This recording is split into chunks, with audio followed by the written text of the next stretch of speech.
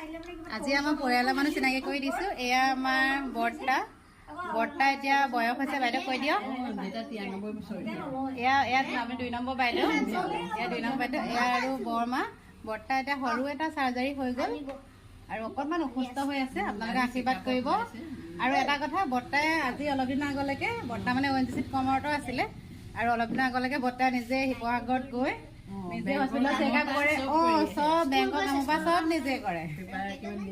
আৰু স্মৃতি শক্তি কিন্তু মানিলো দেই, চব মনত থাকে ধুনীয়াকে। চব পঢ়া মেলা চাউল চচমা নোলোৱাকে বেপাৰ আচৰিত। খোৱা বোৱা চব নিজৰ কাম। ইয়াতে বৰ্তা অকণমান অসুস্থ, এতিয়া চেকআপত নিয়ে। আপোনালোকে আশীৰ্বাদ কৰিব বৰ্তা যাতে সোনকালে সুস্থ হয়। চবৰ কথাই সুধি আছে। পাৰ্চ বিচাৰিছিলে পইচা। বৌৱে কিবা এটা কৈছে, বৌৱে কৈ দিয়ক। এতিয়া নিবলৈ পাৰ্চ বিচাৰিছিলে পইচা। পাৰ্চ বিচাৰিছে, সকলো কথা